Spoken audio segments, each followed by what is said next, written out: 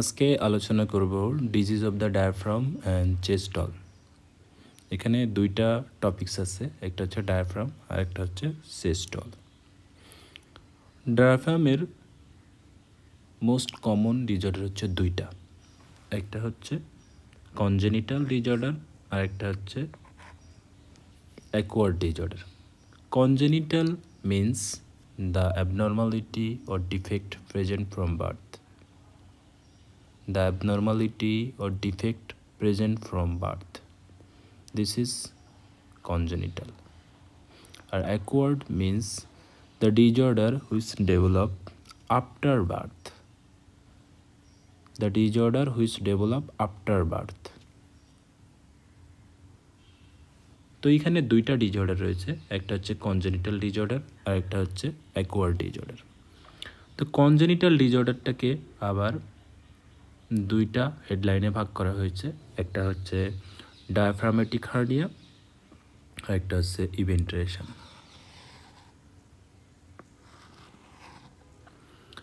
তো প্রথমে জানতে হবে what is hernia. Hernia means protrusion of any content through a opening or defective portion from one compartment to another compartment. Suppose চিন্তা করেন যে abdomen থেকে যখন কোনো কন্টেন্ট থোরাক্সে চলে যায়, যে ওপেনিং দিয়ে যায় সেই ওপেনিং অনুযায়ী তার নামকরণ করা হয়। যদি এসোফেজিয়াল ওপেনিং দিয়ে যদি স্টোমাকটা অ্যাবডোমেন থেকে থোরাক্সে চলে যায়, তখন সেটাকে বলা হয় হায়াটাল হার্নিয়া। কি হার্নিয়া বলা হয়? হায়াটাল হার্নিয়া বলা হয়। তেমনি আরও কিছু হার্নিয়া হতে পারে, যেমন ইনফিরিয়ার ভেনা ক্যাভাল ওপেনিং দিয়ে যদি যায়, তখন ইনফিরিয়ার ভেনা ক্যাভাল ওপেনিং দিয়ে গেলে এটা একটা হার্নিয়া হতে পারে। যদি অ্যাওর্টিক ওপেনিং দিয়ে যায় তখন আরেক ধরনের হার্নিয়া হতে পারে। এই তিনটা ওপেনিং দিয়ে বিভিন্ন কন্টেন্ট যদি অ্যাবডোমেন থেকে থোরাক্সে চলে যায় তখন এক ধরনের হার্নিয়া হয়ে থাকে। তো মোস্ট কমনলি জিজ্ঞাসা করা হয় যে এসোফেজিয়াল ওপেনিং দিয়ে যে কন্টেন্ট পাস করে এই হার্নিয়াটার নাম কি? এটাকে বলা হয় হায়াটাল হার্নিয়া। আরও দুইটা হার্নিয়ার নাম যেটা খুবই গুরুত্বপূর্ণ এবং বিভিন্ন পরীক্ষায় জিজ্ঞাসা করা হয়ে থাকে, একটা হচ্ছে hernia of foramen Morgagni, hernia of Bochdalek. তো এই দুইটা জিনিস হচ্ছে ডায়াফ্রামের দুইটা উইকনেস পোর্শন। এখানে হচ্ছে ডায়াফ্রামটা উইক থাকে, এই যেটা মার্কিং করে দেখানো হচ্ছে এটা হচ্ছে বগডালেক। এটা পোস্টেরিয়রলি অবস্থিত, এটাকে বলা হয় ফোরামেন অফ বগডালেক। এটা সাইজটা একটু বড় থাকে এবং পোস্টেরিয়রলি থাকে, এই জন্য এই উইক পোর্শন দিয়ে অ্যাবডোমিনাল কন্টেন্টগুলো বেশি পরিমাণে থোরাক্সে যায়, তখন সেটাকে বলা হয় হার্নিয়া থ্রু ফোরামেন অফ বগডালেক, যেটা পোস্টেরিয়রলি অবস্থিত। এটা খুবই কমন। আর আরেকটা হচ্ছে উইকনেস পোর্শন আছে, সেটা হচ্ছে এই যে এটা হচ্ছে অ্যান্টেরিয়রলি অবস্থিত, এটার নাম হচ্ছে ফোরামেন মরগ্যাগনি। তো এই ডিফেক্টিভ পোর্শন অথবা উইক পোর্শন দিয়ে যখন কোনো অ্যাবডোমিনাল কন্টেন্ট থোরাক্সে পাস করে তখন হচ্ছে সেটাকে বলা হয় হার্নিয়া অর মরগ্যাগনি। তো অ্যান্টেরিয়র থেকে এটা বেশি কমন, পোস্টেরিয়রটা বেশি কমন। তো এখানে কি বলছে তাহলে দেখেন, diaphragmatic hernia, defect of the diaphragm allow the herniation of the abdominal viscera posteriorly situated through the foramen of Bogdalek. এটা foramen of Bogdalek. And this is more common, and anterior hernia through the foramen of Morgagni, এটা দিয়ে। তো এটা বিভিন্ন পরীক্ষায় জিজ্ঞাসা করা হয়ে থাকে যে what is foramen Morgagni and what is foramen Bochdalek, which is the most common, কোনটা বেশি কমন হয়ে থাকে। তাহলে কনজেনিটালের ভিতরে আরেকটা ডিজঅর্ডার আছে, সেটা হচ্ছে ইভেন্ট্রেশন অফ দ্য ডায়াফ্রাম। ইভেন্ট্রেশন শব্দটা মিনস হচ্ছে এলিভেশন অর বালজিং। মানে কোনো কারণে যদি এই যে ডায়াফ্রাম আছে পুরো ডায়াফ্রামের পোর্শন যদি এলিভেশন হয়ে থাকে কোনো সাইডে যদি এলিভেশন হয়ে থাকে অথবা বাল্জ মানে উঁচু হয়ে যায়, তখন সেটাকে বলা হয় ইভেন্ট্রেশন। এটা সাধারণত হয়ে থাকে পার্শিয়াল অথবা total muscular development of transverse septum. Transverse যে সেপ্টামে সাদা অংশগুলো দেখা যাচ্ছে ট্রান্সভার্স সেপ্টাম, এটা যদি কোনো কারণে পার্শিয়াল অথবা টোটালি অ্যাবসেন্ট থাকে, তখন এই ইভেন্ট্রেশনটা মোস্ট কমনলি হয়ে থাকে। তো এই যে ইভেন্ট্রেশনটা ওই পার্শিয়াল সেপ্টাম যেটা, এটা হচ্ছে সবথেকে বেশি থাকে রাইট সাইডে এবং কম থাকে হচ্ছে লেফট সাইডে। তো যার কারণে লেফট সাইডে ইভেন্ট্রেশনটা বেশি হয় রাইট সাইডের তুলনায়। এবং রাইট সাইডে আরেকটা সাপোর্ট থাকে, সেটা হচ্ছে লিভারের একটা সাপোর্টিভ স্ট্রাকচার হিসেবে লিভার কাজ করে, যার কারণে ইভেন্ট্রেশনটা most common in left side. এটাও পরীক্ষায় ধরা হয় যে ইভেন্ট্রেশনটা কোন সাইডে কমন। তাহলে আমরা বলতে পারবো লেফট সাইডে কমন। কেন? কারণ partial or total muscular development in transverse septum is absent or absence of liver support in left side, এই জন্য লেফট সাইডে মোস্ট কমন। ঠিক আছে, এখন এটা আসলে ইভেন্ট্রেশনটা ডায়াগনোসিসটা হয় কিভাবে? অ্যাডাল্টের ক্ষেত্রে ডায়াগনোসিসটা হচ্ছে ইনসিডেন্সিয়ালি। কোনো একজন patient cup, shortness of breadth, fever নিয়ে আসলো, নিউমোনিয়ার ফিচার, তখন কোনো ফিজিশিয়ান তাকে এক্স রে করতে দিল। এক্স রে করতে গিয়ে দেখা গেল যে তার লেফট সাইডের ডায়াফ্রামটা এরকম বালজিং হয়ে গেছে। অথবা কোনো patient COPD, exacerbation of chronic obstructive pulmonary disease, এক্ষেত্রে পেশেন্টের শর্টনেস অফ ব্রেথ, কাপ এগুলো নিয়ে আসছে। তো ফিজিশিয়ান ও ডক্টরস তাকে এক্স রে করতে দিচ্ছে। এক্স রেতে দেখা গেছে যে তার এক সাইডে ইভেন্ট্রেশন আছে, কিন্তু সে অ্যাসিমটোমেটিক, কারণ অ্যাডাল্টের ক্ষেত্রে সাধারণত কোনো সিমটম থাকে না। যদি এটা ইনফ্যান্টের ক্ষেত্রে হয়ে থাকে, if diaphragmatic muscular defect is extensive হয়ে থাকে, তখন সিভিয়ার রেসপিরেটরি সিমটম পাওয়া যায়। মানে বাচ্চাদের ক্ষেত্রে যদি হয়, সেক্ষেত্রে যদি এক্সটেন্সিভলি ইনভলভ করে, তখন অনেক বেশি সিমটম থাকতে পারে। তাহলে আমার ডায়াফ্রামেটিক ডিসঅর্ডারে কনজেনিটাল দুইটা পোর্শন গেল। কনজেনিটাল ডিসঅর্ডারের ভিতর ডায়াফ্রামেটিক হার্নিয়া এবং ইভেন্ট্রেশন অফ দ্য ডায়াফ্রাম, এই দুটো সম্পর্কে আমরা অল্প কিছু তথ্য জানলাম। এখন অ্যাকোয়ার্ড ডিসঅর্ডার অফ ডায়াফ্রাম, কী কী অ্যাকোয়ার্ড ডিসঅর্ডার আছে? অ্যাকোয়ার্ড মিন্স আমি আগেই বলেছি যে বার্থের পরে যে ডিসঅর্ডার অথবা ডিফেক্টগুলো ডেভেলপ করে, সেটাকে বলা হয় অ্যাকোয়ার্ড ডিসঅর্ডার। এখন এটা হতে পারে দুই ধরনের হতে পারে। একটা হচ্ছে ডায়াফ্রামটা, এই যে ডায়াফ্রাম, এটা এলিভেশন হতে পারে, উপরের দিকে উঠে যেতে পারে, অথবা ডায়াফ্রামটা ডিপ্রেস হতে পারে। তো এলিভেশন কী কী কারণে হয়? এলিভেশন অনেক কারণে হতে পারে। এলিভেশন আমি একটা ছবি দেখাচ্ছি, এই যে ছবিটা, যে এলিভেশন আমরা জানি যে ডায়াফ্রামের নার্ভ সাপ্লাই কি, ফ্রেনিক নার্ভ। এটা হচ্ছে phrenic nerve, C345 nerve root, cervical 345, এই তিনটা মিলে দুই সাইড থেকে দুইটা আসে, একটা রাইট ফ্রেনিক আর একটা হচ্ছে লেফট ফ্রেনিক নার্ভ। তো এটা হচ্ছে ডায়াফ্রামের ইনারভেশন অথবা নার্ভ সাপ্লাই দেয়। তো যদি কোনো কারণে এটা মানে ড্যামেজ হয়ে যায়, তখন ডায়াফ্রামটা এলিভেশন হয়ে যায়। তো কী কী কারণে ড্যামেজ হতে পারে? চিন্তা করেন, কোনো কারণে যদি পেশেন্টের একটা সার্জারি করা হয়, তখন এটা ড্যামেজ হয়ে যেতে পারে, তখন এটা এলিভেশন হতে পারে। ঠিক আছে, অথবা কোনো কারণে পেশেন্টের যদি একটা টিউমার হওয়ার কারণে যদি এই নার্ভটা ড্যামেজ করে দেয়, তখন এটা এলিভেশন হতে পারে। যদি কোনো কারণে পেশেন্টের ট্রমা হয়ে যদি এই নার্ভগুলো ড্যামেজ করে, তখন হতে পারে। যদি কোনো কারণে পেশেন্টের ইনফেকশন হয়ে এই নার্ভগুলো ড্যামেজ হয়, তখন এটা এলিভেশন হতে পারে। এটা গেল ফ্রেনিক নার্ভ রিলেটেড। এছাড়া অন্য কারণে হচ্ছে এলিভেশন হতে পারে। কী কী কারণে? মনে করেন এই সাইডে একটা লোব কেটে ফেলে দেওয়া হলো, তাহলে লোবেক্টমি, অথবা পুরা লাংটা কেটে ফেলে দেওয়া হলো, তাহলে নিউমোনেক্টমি যদি করা হয় সেক্ষেত্রে এলিভেশন হতে পারে। যদি কোনো কারণে এখানে ফাইব্রোসিস হয়েছে, যদি কোনো কারণে এখানে ফাইব্রোসিস হয়ে যদি লাংয়ের ভলিউম শ্রিঙ্কেজ হয়ে যায় সেক্ষেত্রে এলিভেশন হতে পারে। যদি কোনো কারণে ফুল লাংসে ডিফিউজ প্যারেনকাইমাল লাং ডিজিজ হয়, ডিপিএলডি যদি হয়, ডিফিউজ প্যারেনকাইমাল লাং ডিজিজ, সেক্ষেত্রে এলিভেটেড হতে পারে। অথবা কোনো কারণে যদি এই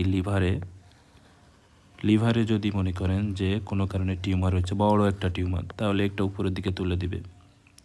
যদি এখানে বড় একটা হাইড্রাটিস সিস্ট থাকে, অনেকগুলো হাইড্রাটিস সিস্ট থাকে, তখন উপরে তুলে দিবে।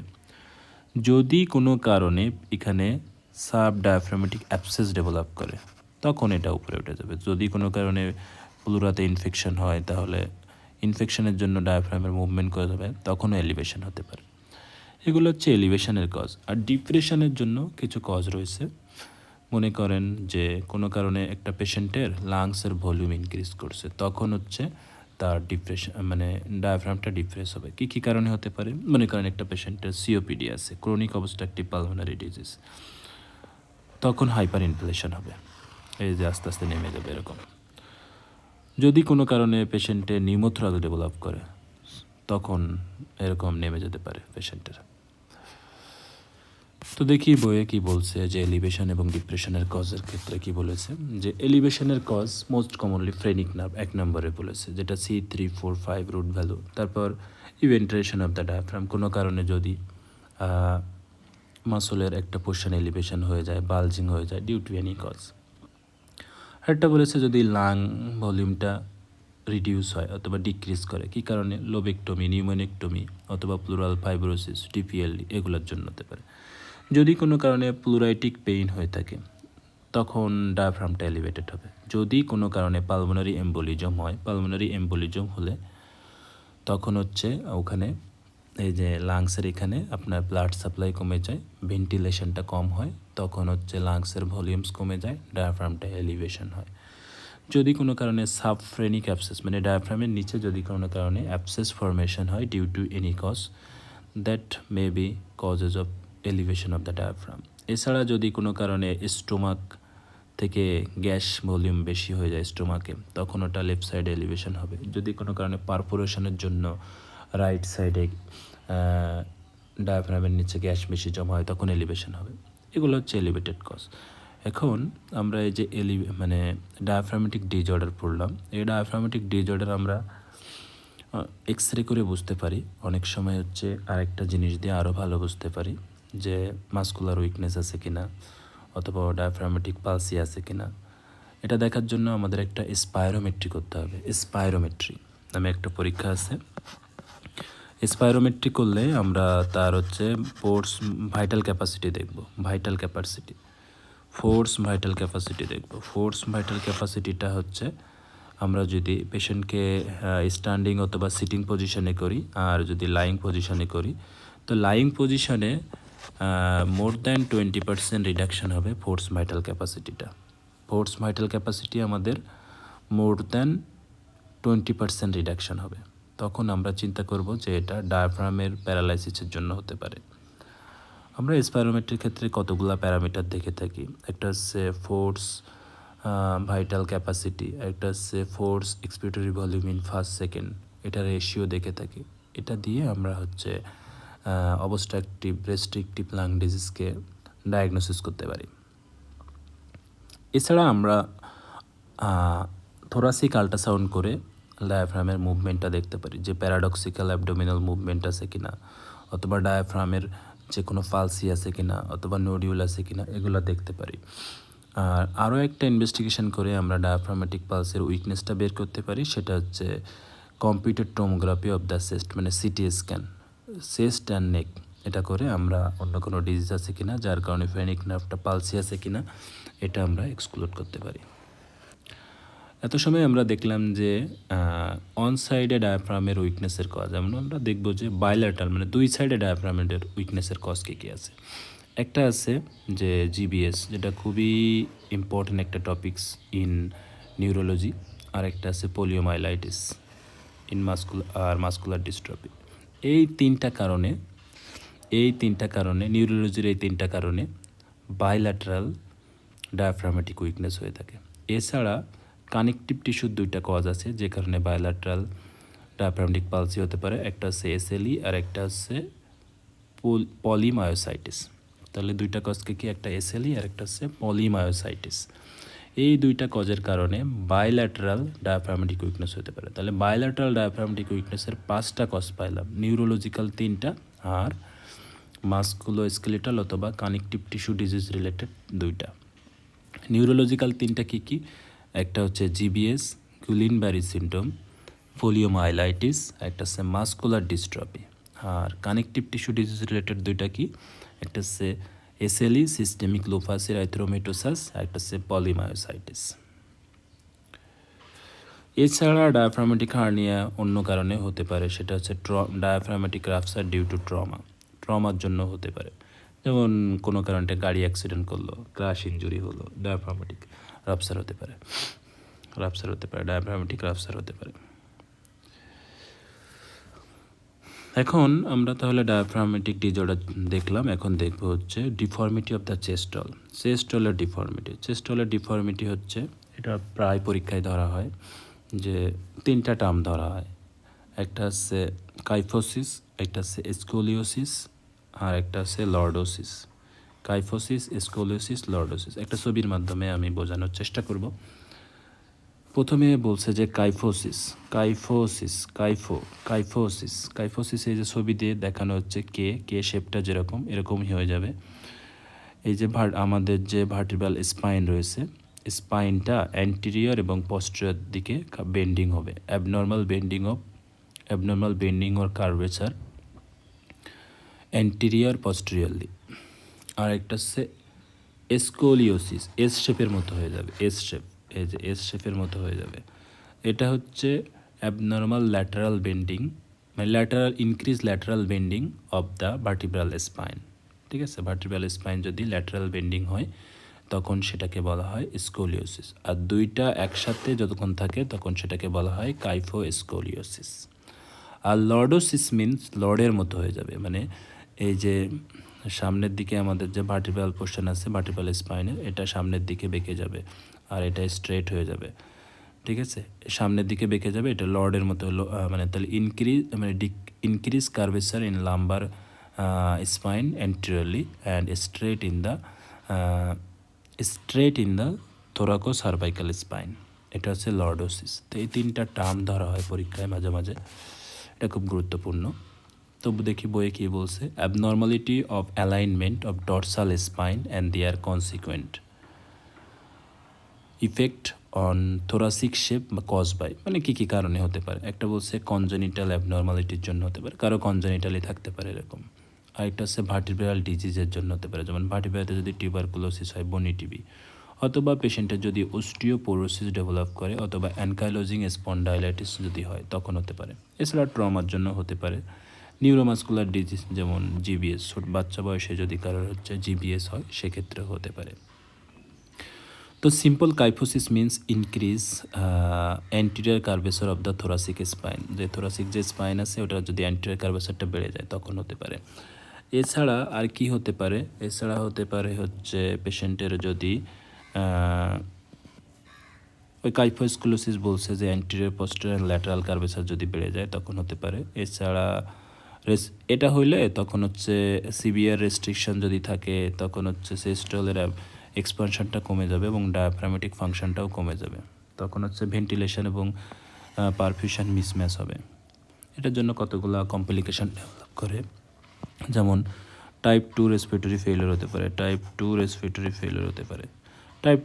ফেলিওর হইলে কার্বন ডাইঅক্সাইডটা হচ্ছে ইনক্রিজ করবে, অক্সিজেনটা পার্শিয়াল প্রেশার অক্সিজেনটা কমে যাবে। আর যদি টাইপ 1 রেসপিরেটরি ফেলিওর হয় সেক্ষেত্রে হচ্ছে অক্সিজেন লেভেলটা কমে যাবে এবং কার্বন ডাইঅক্সাইড লেভেলটা নর্মাল থাকবে। এছাড়া এই যে দীর্ঘদিন থাকার কারণে আমাদের পালমোনারি ট্রাঙ্ক এবং 2 ভাগে ভাগ হয়ে যায়, তো এখানে প্রেশার বেড়ে যেতে পারে, পালমোনারি হাইপারটেনশন হতে পারে এবং পালমোনারি হাইপারটেনশনের কারণে এটা তো রাইট ভেন্ট্রিকলটাকে ডেভেলপ করে, আস্তে আস্তে রাইট ভেন্ট্রিকুলার ফেলিওর হতে পারে, তখন করপালমোনালি ডেভেলপ করতে পারে। তো এতটুকু ছিল যে থোরাসিক কাইফোস্কোলিওসিস। এখন আরেকটা টার্ম বলবো যেটা চেস্ট রোলের ক্ষেত্রে হয়ে থাকে, সেটা হচ্ছে পেকটাস। পেকটাস শব্দটা মানে এই ছবি দিয়ে আমরা বুঝবো যে অ্যাবনর্মাল গ্রোথ অফ স্টারনাম অথবা কার্টিলেজের যে গ্রোথ, অ্যাবনর্মাল কোস্টাল কার্টিলেজের গ্রোথটা হচ্ছে পেকটাস। এখন এটা দুই ভাগে ভাগ করা যায়, একটা হচ্ছে এই যে বাইরের দিকে চলে যেতে পারে কার্টিলেজের গ্রোথটা, আর একটা হচ্ছে ভিতরের দিকে আসতে পারে। ভিতর থেকে যদি বাইরের দিকে যায় এটাকে বলা হয় পেকটাস ক্যারিনেটাম, আর বাইরে থেকে যদি ভিতরে আসে সেটাকে বলা হয় পেকটাস এক্সক্যাভেটাম। তাহলে কি আবার বলি, ভিতর থেকে যদি বাইরের দিকে চলে যায় সেটাকে বলা হয় পেকটাস ক্যারিনেটাম, আর বাইরে থেকে যদি ভিতরের দিকে ডিপ্রেস হয় চেস্টলটা সেটাকে বলা হয় পেকটাস এক্সক্যাভেটাম। এটা পরীক্ষায় মাঝে মাঝে ধরা হয়। তাহলে দেখি এখানে কি বলছে, পেকটাস হচ্ছে অ্যাবনর্মাল কোস্টাল কার্টিলেজ গ্রোথ, ঠিক আছে, cause due to causing protrusion মানে ভিতরের দিকে, এটা ক্যারিনেটাম। মোর কমনলি ডিপ্রেস হলে এক্সক্যাভেটাম হয়ে থাকে। এটা ডিফর্মিটি হলে তখন চেস্ট অল এক্সপানশনটা কমে যাবে, ভাইটাল ক্যাপাসিটিটাও কমে যাবে, মানে ভাইটাল ক্যাপাসিটি যেটা স্পাইরোমিটার দিয়ে আমরা অ্যাসেস করি। এটার সাথে দুইটা সিন্ড্রোমের খুব অ্যাসোসিয়েশন আছে, মাঝে মাঝে জিজ্ঞাসা করে। একটা হচ্ছে এটা জিজ্ঞেস করে বেশি, মারফান সিন্ড্রোম, আর পোল্যান্ড সিন্ড্রোমটা অত বেশি জিজ্ঞাসা করা হয় না। তাহলে আজকে এই পর্যন্তই।